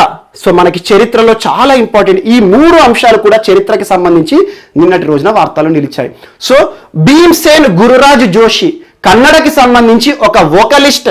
So vocalist అంటే ప్రముఖ సింగర్, దిగ్గజ సింగర్. చాలా పాటలు తన గాత్రం ద్వారా ప్రపంచానికి అంతా కూడా అసలు ఇంత అద్భుతంగా పాటలు పాడతారని చెప్పేసి ఒక సింగర్, గొప్ప సింగర్, కర్ణాటక రాష్ట్రానికి సంబంధించిన భీమ్సేన్ జోషి ఫిబ్రవరి 4th 1922 రోజు జన్మించారు. మరి ఎందుకు ఈ రోజు వార్తలు? యాక్చువల్ తను సాధించిన ఘనత చూడండి. కేంద్ర ప్రభుత్వం ప్రతిష్టాత్మకంగా ఇచ్చే సంగీత నాటక అకాడమీ పురస్కారాన్ని గెలుచుకున్నారు. అన్నిటికంటే ఇంపార్టెంట్, భారతదేశంలోనే ప్రభుత్వం ఇచ్చే అత్యున్నత పురస్కారము భారత రత్న సాధించిన సింగర్. సో అందుకే భారతరత్న కాబట్టి వార్తలు నిలిచారు కాబట్టి చూడండి. సో భారతరత్న 2009లో భారత ప్రభుత్వం భీమ్సేన్ జోషికి ఇవ్వడం జరిగింది. సో ప్రముఖ సంగీత దర్శకుడు, కొన్ని సంగీతాలు మ్యూజిక్ కూడా ఇచ్చాడు, కానీ సింగర్, అద్భుతమైన వోకలిస్ట్, ఒక వోకల్ ఆర్టిస్ట్. సో కర్ణాటక రాష్ట్రానికి సంబంధించిన వ్యక్తి. తన యొక్క సెంటినరీ సెలబ్రేషన్, ఇక్కడ 1922 అంటే ఏంటి? 2021. సో సెంటినరీ సెలబ్రేషన్, ఈ సంవత్సరం మొత్తం కూడా శతాబ్ది ఉత్సవాలను జరిపిస్తామని చెప్పేసి కర్ణాటక రాష్ట్ర ప్రభుత్వం కీలక నిర్ణయం తీసుకుంది. కేంద్ర ప్రభుత్వం కూడా ఈ ఈవెంట్కి సంబంధించి ప్రోత్సహిస్తూ ఈరోజు వార్తలు ఇచ్చారు. సో భీమ్సేన్ గురురాజ్ జోషి. భీమ్సేన్ జోషి ఏ రాష్ట్రానికి సంబంధించిన వ్యక్తి? ఇటీవల శతాబ్ది ఉత్సవాలకు సంబంధించిన భీమ్సేన్ జోషి ఏ రంగంలో తనకంటూ ప్రత్యేక గుర్తింపు పొందారు అంటారు? ఒక సింగర్, ఆర్ట్, ఒక కళలు కలిగిన వ్యక్తి. సో భారతరత్న పురస్కార గ్రహీత కాబట్టి important. And next PV Narasimha Rao garu. So Bharat Ratna పురస్కారం పొందలేదు, కానీ భారతరత్న పురస్కారానికి అన్ని రకాల కూడా అర్హత సాధించిన వ్యక్తి అర్హుడు. సో ఒక గొప్ప సంస్కర్త. మనం ఈరోజు ఆర్థిక వ్యవస్థ ఇలా ఉంది అంటే కారణం 1991 ఎల్పిజి పాలసీ. చాలా ఇంపార్టెంట్. లిబరలైజేషన్, ప్రైవేటైజేషన్, గ్లోబలైజేషన్ చాలా ఇంపార్టెంట్. ఆర్థిక సంస్కరణలకి పితామహుడు తనును మనకి మన్మోహన్ సింగ్, చాలా ఇంపార్టెంట్. సో అతని వ్యక్తి, మన తెలుగువాడు, బహుభాషా కోవిదుడు, రాజ్యాంగంలో ఉన్న ప్రతి భాష పైన పట్టు ఉన్న వ్యక్తి. దాదాపు భారతదేశంలో 18 భాషలను అనర్గళంగా మాట్లాడే ఒక గొప్ప వ్యక్తి, భారత మాజీ ప్రధానమంత్రి, తెలంగాణకి సంబంధించిన వ్యక్తి, వంగర గ్రామానికి చెందిన ఒక వ్యక్తి. ఇటీవల మనం లాస్ట్ ఇయర్ 2020లో మనం చర్చించుకున్నాం. తనకి సంబంధించి కూడా ప్రస్తుతం శతాబ్ది సంవత్సరం నడుస్తుంది, శతాబ్ది ఉత్సవాలు. పివి నరసింహారావు గారు మనము జూన్ 28వ తేదీ నాడు జన్మించారు. మాక్సిమం చాలా ఇంపార్టెంట్, 1921లో జన్మించారు. సో పివి నరసింహారావు గారి శతాబ్ది ఉత్సవాల పైన ప్రత్యేక ఎపిసోడ్ మన హరీష్ అకాడమీ ప్లేలిస్ట్ లో ఉంటుంది, ఒకసారి చూడండి. తను సాధించిన ఘనతలు అన్ని కూడా ఉంటాయి. సో తను ఏ మంత్రిత్వ శాఖల పేర్లు మార్చారు, ఇలాంటివన్నీ కూడా. సో తను ఈ రోజు ఏ అంశంతో వార్తలు నిలిచారంటే, భారత ప్రభుత్వాన్ని ఇటీవల కేసీఆర్ గారు, తెలంగాణ రాష్ట్ర ముఖ్యమంత్రి కె చంద్రశేఖర్ రావు గారు ఒక కీలక లెటర్ రాశారు. అదేంటంటే పివి నరసింహారావు గారి పేరు మీద భారత్ నది ఇవ్వండి, తనకి ఇవ్వండి, అన్ని రకాల అర్హుడు అని చెప్పేసి.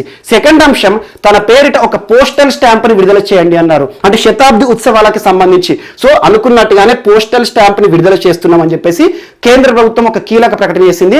మినిస్ట్రీ ఆఫ్ జస్టిస్ అంటే ప్రస్తుతం కేంద్ర న్యాయశాఖ మంత్రి రవిశంకర్ ప్రసాద్ గారు నిన్న పార్లమెంట్ లో దీనికి సంబంధించిన ప్రస్తావన చేశారు. సో అధికారికంగా కేంద్ర ప్రభుత్వం పివి నరసింహారావు గారి పేరిట ఒక పోస్టల్ స్టాంప్ ని రానున్న రోజులు విడుదల చేస్తుంది. అండ్ ఇంకొక పెండింగ్ అంశం ఏంటంటే భారతరత్న ఇవ్వాలి. ఇంకొక అంశాన్ని ఇటీవల ముఖ్యమంత్రి గారు రాసిన లేఖలో ప్రస్తావించిన అంశం ఏంటంటే, పార్లమెంట్ సెంట్రల్ హాల్లో పివి నరసింహారావు గారికి సంబంధించిన ఒక ఫోటోని చిత్రీకరించండి లేదా ఒక స్టాచ్యూని ప్రతిష్ఠించండి అని చెప్పేసి. ఇటీవల మనము గోవింద్ వల్లభ్ పంత్ ఉత్తరప్రదేశ్ రాష్ట్రానికి సంబంధించి ఒక స్టాచ్యూ చర్చించుకున్నాం, చాలా ఇంపార్టెంట్. పార్లమెంట్ హాల్లో పివి నరసింహారావు భారతదేశ మాజీ ప్రధాని తన యొక్క ప్రతిష్ట కనబడేలా ఒక విగ్రహాన్ని, ఒక ఫోటోని చిత్రీకరించండి పార్లమెంట్ సెంట్రల్ హాల్లో అని చెప్పేసి ఒక కీలక లెటర్ రాశారు. అనుకున్నట్టుగానే పోస్టల్ స్టాంప్ సంబంధిత అంశంతో ఈ రోజు వార్తలు నిలిచారు. అండ్ చరిత్రకి సంబంధించి ఫిబ్రవరి 4 మరొకటి ఇంపార్టెంట్ నిన్నటి రోజు సంబంధించి. So 1922 so Chauri Chaura event అనగానే మనకు చరిత్రకి సంబంధించి గాంధీజీ గుర్తుకు రావాలి. చౌరీ చౌరా ఈవెంట్ ఏ రాష్ట్రానికి సంబంధించి అంటే అప్పుడు బ్రిటిష్ ప్రావిన్స్ ఉన్నప్పుడు యునైటెడ్ ప్రావిన్స్ లో జరిగింది. యునైటెడ్ ప్రావిన్సే ప్రస్తుతం ఉత్తరప్రదేశ్ రాష్ట్రం. సో మనకి ఏదైతే ఉంటుందో ఒకప్పుడు ప్రావిన్స్ గా పరిగణించేవారం మనము. యునైటెడ్ ప్రావిన్స్, సెంట్రల్ ప్రావిన్స్ అని చెప్పేసి. సెంట్రల్ ప్రావిన్స్ అంటే మధ్యప్రదేశ్, యునైటెడ్ ప్రావిన్స్ అంటే ఉత్తరప్రదేశ్. సో ఉత్తరప్రదేశ్ రాష్ట్రంలోని గోరఖ్పూర్ జిల్లా, సో గోరఖ్పూర్ వద్ద చౌరీ చౌరా అనే ప్రాంతంలో జరిగిన ఒక ఈవెంట్ మన భారతదేశ స్వాతంత్ర సంగ్రామంలో కీలకమైన ఒక అడుగు. మనకేంటి చౌరీ చౌరా ఈవెంట్ అనగానే మనకి ఏం గుర్తుకు రావాలి? ఒక పోలీస్ స్టేషన్ పైన మన స్వాతంత్ర సమర యోధులు చేసిన ఒక దాడి. దాదాపు చౌరీ చౌరా ఈవెంట్ లో 22 మంది పోలీస్ అధికారులు చనిపోయారు, బ్రిటిష్ పోలీస్ అధికారులు. దాదాపు ముగ్గురు సివిలియన్ అంటే మన పౌరులు చనిపోయారు. అలాంటి Chauri Chaura event non cooperation ఉద్యమంలో భాగంగా జరిగింది. అంటే మనం సహాయ నిరాకరణోద్యమం గాంధీజీ పిలుపునిచ్చారు. అందులో భాగంగా చౌరీ చౌరా ఈవెంట్ దాడి ఒక వైలెన్స్ తో కూడుకొని ఉంది. గోరఖ్పూర్ ప్రాంతంలోని చౌరీ చౌరా ప్రాంతంలో పోలీస్ స్టేషన్ పైన పౌరులు దాడి చేశారని చెప్పేసి గాంధీజీ గారికి కోపం వచ్చింది. ఆ తర్వాత ఫిబ్రవరి 12, 1922 రోజున నాన్ కోఆపరేషన్ మూవ్మెంట్ ని ఆపేస్తున్నాను, ఇంతటితో ఆపండి, ఇక చేసిన ఘనకార్యం చాలని చెప్పేసి ఒక పిలుపునిచ్చారు గాంధీజీ గారు. సహాయ నిరాకరణోద్యమానికి సంబంధించి అసలు ఎందుకు బ్రేక్ పడింది, ఎందుకు గాంధీజీ గారు ముగింపు పలికారంటే ఇదే ట్రిగ్గరింగ్ మూమెంట్. సో ఫిబ్రవరి 4వ తేదీ 1922 ఆ ఇయర్ లో జరిగిన చౌరీ చౌరా ఈవెంట్ చరిత్రలో దీనికి సంబంధించి ఖచ్చితంగా చూడండి. పోలీస్ స్టేషన్ పైన ఎందుకు పౌరులు దాడి చేశారు, ఈ చరిత్ర అంతా చూడండి. అదంతా ఇప్పుడు మనకు అవసరం లేదు. సో ఇది కూడా సెంటినరీ సెలబ్రేషన్స్ సంబంధించి ఈ ఉత్సవాలను ప్రారంభించారు భారత ప్రధాని నరేంద్ర మోదీ గారు వర్చువల్ గా. చాలా important. So Chauri Chaura event 100 years కాబట్టి, సెంటినరీ సెలబ్రేషన్స్ కాబట్టి దీనికి సంబంధించి హిస్టరీ పార్ట్ నుండి క్వశ్చన్స్ వస్తాయి. సో హిస్టరీ అయినా జాగ్రఫీ అయినా ఆ సబ్జెక్ట్ లో ఉండే ఓల్డ్ టాపిక్సే ఈ రోజు ఎలివేట్ అవుతాయి. సో కరెంట్ ఈవెంట్ గా మనకు వార్తలు తెలుస్తాయి కాబట్టి వీటికి సంబంధించి బ్యాక్గ్రౌండ్ అంతా అడుగుతారు. ఆటోమేటిక్ గా ఒక చైన్ అనేది వస్తుంది. ఇక నాన్ కోఆపరేషన్ మూవ్మెంట్, సహాయ నిరాకరణోద్యమం అంటే ఏంటి, ఎవరెవరు పాల్గొన్నారు, ఏ ప్రాంతంలో ఎలా జరిగింది, సో ఇలాంటి అంశాలన్నీ కూడా లింక్ చేసుకుంటూ చదవండి. ఖచ్చితంగా రానున్న పోటీ పరీక్షలో హిస్టరీ పార్ట్ నుండి ఈ క్వశ్చన్ అడుగుతారు. సో హిస్టరీలో కూడా కరెంట్ అఫైర్స్ అనేవి ఉంటాయి. సో ఇది ఒక హిస్టరీకి సంబంధించింది. ఈరోజు భారత ప్రధాని సెంటినరీ సెలబ్రేషన్ ప్రారంభించారు. సో ఆటోమేటిక్ గా current affairs. So current affairs is nothing but updation of every subject. ప్రతి సబ్జెక్ట్ లో వచ్చే అప్డేట్ పార్టే కరెంట్ అఫైర్స్. మరొకసారి చెప్తున్నాను. సో ఈ 3 ఈవెంట్లు కూడా నిన్న వార్తలో నిలిచాయి. అండ్ నెక్స్ట్, సో నానా పటోలే ఇద్దరు వ్యక్తులు గుర్తుంచుకోండి. నరహరి జిర్వాల్ ఈ ఇద్దరు వ్యక్తులు ఎవరంటే, ఒకరు మహారాష్ట్రలో ప్రస్తుతం అసెంబ్లీ స్పీకర్. మహారాష్ట్ర స్పీకర్ అంటేనే అసెంబ్లీ అన్నట్టు. చైర్మన్ అంటే మనకు మండలికి సంబంధించిన వ్యక్తి. సో మహారాష్ట్ర స్పీకర్ ప్రస్తుతం నానా పటోలే. సో నానా పటోలే సెకండ్ నరహరి జిర్వాల్. సో ఇతను డిప్యూటీ స్పీకర్. మన రాజ్యాంగంలో కొన్ని గొప్ప అంశాలు ఉంటాయి, వాటికి సంబంధించి తరచు ప్రశ్నలు అడుగుతారు. ఒకవేళ స్పీకర్, భారతదేశంలో స్పీకర్ అంటేనే మనకు కేంద్రంలో అయితే బైకామరలిజం కదా, లోక్సభకి స్పీకర్ ఉంటాడు, రాజ్యసభకి చైర్మన్ ఉంటాడు. Chairman is nothing but ex officio vice president అన్నట్టు. Vice president is ex officio chairman of Rajya Sabha. So అవన్నీ అంశాలు టర్మినాలజీ చూడండి. సో భారతదేశంలో స్పీకర్ వ్యవస్థకి సంబంధించి స్పీకర్ రాజీనామా ఇవ్వాలి, తన పదవికి విరమణ పొందాలి, రాజీనామా ఇవ్వాలంటే ఎవరికి తన రాజీనామా పత్రాన్ని ఇవ్వాలి అంటారో చాలా ఇంపార్టెంట్. స్పీకర్ రాజీనామా పత్రాన్ని డిప్యూటీ స్పీకర్కి ఇస్తారు. డిప్యూటీ స్పీకర్ రాజీనామా చేయాలంటే తన రాజీనామా పత్రాన్ని స్పీకర్కి ఇస్తారు. ఇరువురు ఇచ్చి పుట్టుకుంటారు. అలాంటివి మన భారతదేశంలో చాలా ఉంటాయి. ఎగ్జాంపుల్, రాష్ట్రపతి తన రాజీనామా పత్రాన్ని ఎవరికి ఇవ్వాలంటే ఉపరాష్ట్రపతికి ఇస్తాడు. ఉపరాష్ట్రపతి ఎవరికి ఇవ్వాలంటే రాష్ట్రపతికి ఇస్తారు. అంటే వీరిరువురి మధ్యనే రాజీనామా పత్రాలు అనేవి ఇచ్చి పుచ్చుకోవాలి ఒకరికొకరు. చాలా ఇంపార్టెంట్. సో అలా మహారాష్ట్ర స్పీకర్ ఈ రోజు తన స్పీకర్ పదవికి రాజీనామా చేస్తూ వార్తలు నిలిచారు. ప్రస్తుతం మహారాష్ట్ర స్పీకర్ ఎవరంటే నానా పటోలే. చాలా ఇంపార్టెంట్ పర్సన్. ఏ పార్టీకి సంబంధించిన వ్యక్తి అంటే కాంగ్రెస్ పార్టీకి సంబంధించి. కానీ స్పీకర్ కాబట్టి పార్టీని మనం ప్రస్తావించకూడదు. స్పీకర్ అంటేనే పార్టీలకు అతీతంగా పనిచేయాలి. కానీ ప్రస్తుతం పార్టీల కోసం పనిచేస్తున్నారు చాలా ప్రాంతాలు కూడా మనం చూస్తూనే ఉంటాము. సో అలా కాంగ్రెస్ పార్టీకి సంబంధించిన కీలక నేత నానా పటోలే. అలా సీనియర్ పర్సన్ కాబట్టి తనని స్పీకర్గా ఉంచారు. కానీ ప్రస్తుతం మహారాష్ట్రలో చూడండి, అధికారంలో ఉన్న పార్టీ శివసేన. అధికారంలో ఉన్న పార్టీ కాదు, అధికారంలో కూటమి ప్రభుత్వం నడుస్తోంది, అలయన్స్ గవర్నమెంట్ నడుస్తోంది, సంకీర్ణ ప్రభుత్వం నడుస్తోంది. 3 పార్టీలు, ఒకటి శివసేన, 2 Congress, 3 National Congress party. So National Congress party అంటే మనకు శరద్ పవార్, రాజకీయ మేధావి, అపర చాణక్యుడు. Second INC, Indian National Congress అంటే సోనియా గాంధీకి సంబంధించి, రాహుల్ గాంధీకి సంబంధించింది. థర్డ్ శివసేన. సో రాజకీయాల విషయంలో చాలా అసలు ఏ రకంగా చూసుకోవచ్చు అనేది మహారాష్ట్ర తెలుస్తుంది. ఫస్ట్ ఈ ఎలక్షన్స్ అప్పుడేమో బీజేపీతో కలిపి పొత్తు పెట్టుకొని ముందుకు వచ్చింది శివసేన. ఆ తర్వాత కాంగ్రెస్ తో పొత్తు పెట్టుకొని ప్రభుత్వాన్ని నడిపిస్తోంది. సో అలా శివసేన పర్సన్ ఉద్ధవ్ ఠాక్రే ముఖ్యమంత్రిగా ఉన్నారు. కాంగ్రెస్ సంబంధించిన వ్యక్తి ఏమో స్పీకర్ గా ఉన్నారు. సో కాంగ్రెస్ అధిష్టానం ఏం చెప్పింది అంటే నానా పటోలేకి ఇటీవల రాష్ట్రంలో కాంగ్రెస్ పార్టీకి సంబంధించి పిసిసి ప్రెసిడెంట్ హోదాని ఇస్తాను, లేదంటే ఉద్ధవ్ ఠాక్రే ప్రభుత్వంలో ఒక క్యాబినెట్ ర్యాంక్ తో కూడిన మంత్రిత్వ శాఖను ఇస్తామని. ఆటోమేటిక్ ఏమవుతుంది, అంతకు మించిన అధికారం కాబట్టి స్పీకర్ పదవికి రాజీనామా చేయడం జరిగింది. ఒక ప్రయోజనం కోసం, ఒక మంచి ఉద్దేశం కోసం రాజీనామా చేస్తూ వార్తలు ఇచ్చారు, తన బెనిఫిట్స్ కోసం. అండ్ ఇంకొక అంశం, సో స్పీకర్ రాజీనామా, సో మనకు భారతదేశంలో రాష్ట్రాలకు సంబంధించి స్పీకర్ రాజీనామా ఏ ఆర్టికల్ ఉంటుందంటే 179 సబ్ ఆర్టికల్స్ కూడా చదువుకోండి, చాలా ఇంపార్టెంట్. 179 స్పీకర్ వ్యవస్థకు సంబంధించి, రాష్ట్రాల స్పీకర్ వ్యవస్థకు సంబంధించి కీలకమైన అంశము. సో మహారాష్ట్ర స్పీకర్ ఈ రోజు తన రాజీనామా పత్రాన్ని డిప్యూటీ స్పీకర్ కి ఇస్తూ కీలకమైన అంశంతో వార్తలు ఇచ్చారు. సో స్పీకర్, డిప్యూటీ స్పీకర్ పేర్లు గుర్తుంచుకోండి. నానా పటోలే స్పీకర్, కాంగ్రెస్ సంబంధించిన వ్యక్తి, and Narahari Zirwal deputy speaker. Speaker లేకపోతే తనే స్పీకర్ గా వహిస్తాడు అన్నట్టు. చాలా ఇంపార్టెంట్. ఎందుకంటే ఇప్పుడు రానున్న బడ్జెట్ సమావేశాలు ఉంటాయి. ఫిబ్రవరి మాసం, మార్చి అంటేనే ప్రతి రాష్ట్రంలో కూడా బడ్జెట్ సమావేశాలకు కీలకమైన సమయం. చాలా important. And next Sangeeta Bahadur 1987 IFS అధికారిని, ఇండియన్ ఫారెన్ సర్వీసెస్. సో ఒక ఐఏఎస్ అధికారి పదోన్నతి పొందారనుకోండి, ప్రమోషన్స్ పొందితే అత్యున్నత పదవి రాష్ట్రంలో అయితే చీఫ్ సెక్రటరీగా ఉంటారు, కేంద్రంలో అయితే ఒక డిపార్ట్మెంట్కి సెక్రటరీగా ఉంటారు. చాలా ఇంపార్టెంట్, కార్యదర్శిగా. అలా ఒక ఐఎఫ్ఎస్ అధికారి పదోన్నతి పొంది ఒక దేశానికి రాయబారిగా ఉంటారు. ప్రస్తుతం బెలారస్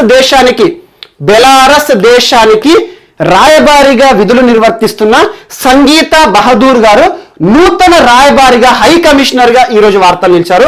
హై కమిషనర్ అంటున్నాను, కొన్ని ఇంపార్టెంట్ టర్మినాలు చూడండి పాలిటీలో. హై కమిషనర్ అని ఏ దేశాలకు వాడతాము, అంబాసిడర్ అని ఏ దేశాలకు వాడతాం, చాలా ఇంపార్టెంట్. ఒకప్పుడు బ్రిటిష్ కాలనీస్ ఏవైతే ఉంటాయి, అంటే బ్రిటిష్ వారు పరిపాలించిన ప్రాంతం, భారతదేశంలో చాలా దేశాలు ఉన్నాయి. అలా బ్రిటిష్ కాలనీస్ ఏవైతే ఉంటాయో వాటిని మనం హై కమిషనర్ అంటాము. వాటిని కామన్వెల్త్ దేశాలు అంటాం. కామన్వెల్త్ క్రీడలు అంటే బ్రిటిష్ వారు ఒకప్పుడు ఆడుకొని ఏవైతే ఉన్నాయో దేశాలు, అక్కడ కామన్వెల్త్ క్రీడలు అన్నట్టు. చాలా ఇంపార్టెంట్, కొన్ని ఇంపార్టెంట్ గుర్తుంచుకోండి. సో అలా బ్రిటిష్ ఒకప్పటి కాలనీస్ ఏవైతే ఉంటాయో అక్కడ హై కమిషన్ అనే పదాన్ని వాడతాం. సో అలాంటి ఒక కాలనీయే ఈరోజు ఒక దేశము మాల్టా. సో మాల్టా రిపబ్లిక్ అనే ఒక దేశానికి నూతన హై కమిషనర్ గా ఈరోజు వార్తలు నిలిచారు సంగీతా బహదూర్ గారు. 1987 ఐఎఫ్ఎస్ అధికారి, ప్రస్తుతం బెలారస్ దేశానికి రాయబారిగా ఉన్నారు. ఇటీవల బెలారస్ దేశంలో జరిగిన ప్రజాస్వామ్య ఎన్నికల విషయంలో జరిగిన అవకతవకల గురించి ఒక వివాదాన్ని కూడా మనం చూసాము, చాలా ఇంపార్టెంట్. సో ఇటీవల నూతన రాయబారుల విషయంలో కజకిస్తాన్ వార్తలు నిలిచింది, చాలా దేశాలు మనం చూస్తున్నాం. అలాంటి అన్ని అంశాలు కూడా చూడండి. ఇటీవల శుభదర్శిని త్రిపాఠి గారు వార్తలు ఇచ్చారు, కజకిస్తాన్ నూతన రాయబారి అని జస్ట్ 2 days బ్యాక్ చెప్పాను. ఈరోజు సంగీతా బహదూర్ గారు నూతన హై కమిషనర్ గా ఏ దేశానికి అంటే మాల్టా రిపబ్లిక్ కి వార్తలు నిలిచారు. నెక్స్ట్ అజయ్ సింగ్ ఈరోజు బాక్సింగ్ ఫెడరేషన్ ఆఫ్ ఇండియా భారతదేశంలో క్రీడలకు సంబంధించి ఒక్కొక్క క్రీడకు ఒక్కొక్క నియంత్రణ నిర్వహణ సంస్థ ఉంటుంది. అలా క్రికెట్ అనగానే BCCI, హాకీ అనగానే హాకీ అసోసియేషన్ అని అలా ఉంటాయి. అలా భారతదేశంలో బాక్సింగ్ క్రీడ విషయానికి వస్తే బాక్సింగ్ ఫెడరేషన్ ఆఫ్ ఇండియా ఉంటుంది. దాదాపు 1954 సబ్జెక్టు కండిషన్ చూడండి, అప్పుడు ఏర్పడింది. భారతదేశంలో బాక్సింగ్ అనేది ఇంపార్టెంట్ క్రీడ. సో అలాంటి బాక్సింగ్ కి సంబంధించి భారతదేశంలో నియంత్రణ నిర్వహణ చేసే సంస్థ బాక్సింగ్ ఫెడరేషన్ ఆఫ్ ఇండియాకి రెండవసారి ప్రెసిడెంట్ అధ్యక్షులుగా ఎన్నికై వార్తలు నిలిచారు అజయ్ సింగ్ గారు. ప్రస్తుతం తనే అధ్యక్షులుగా ఉన్నారు. ఈసారి మరొకసారి రీఎలెక్ట్ అయ్యారు ఇటీవల జరిగిన ఎన్నికల్లో. సో నేరుగా గుర్తుంచుకోండి, భారతదేశానికి సంబంధించి బాక్సింగ్ ఫెడరేషన్ ఆఫ్ ఇండియాకి నూతన అధ్యక్షులుగా తిరిగి ఎన్నికైన వ్యక్తి పేరు ఏంటంటే అజయ్ సింగ్. అండ్ ఇటీవల మనము క్రికెట్ కి సంబంధించి అమిత్ షా గారి కుమారుడు ఆసియా క్రికెట్ కౌన్సిల్ కి నూతన అధ్యక్షులుగా ఎన్నికయ్యారు. చాలా ఇంపార్టెంట్. సో అలాంటివి ఏవైతే ఉంటాయి నూతన నియామకాలకు సంబంధించి నేరుగా బిట్టి చూసుకోండి. క్రీడలకు సంబంధించి ఖచ్చితంగా ప్రశ్నలు అడుగుతారు. సో ఈరోజు బాక్సింగ్ ఫెడరేషన్ ఆఫ్ ఇండియా వార్తలో నిలిచింది. ఇవి మనకు ఈరోజు వార్తలు నిలిచిన అంశాలు. మిస్లేనియస్ అంశాలు మనం మిగిలిపోతే మాత్రం మనం రేపటి క్లాస్లో యాడ్ చేసుకొని నేర్చుకుందాం. రేపు కలుద్దాం. Thank you.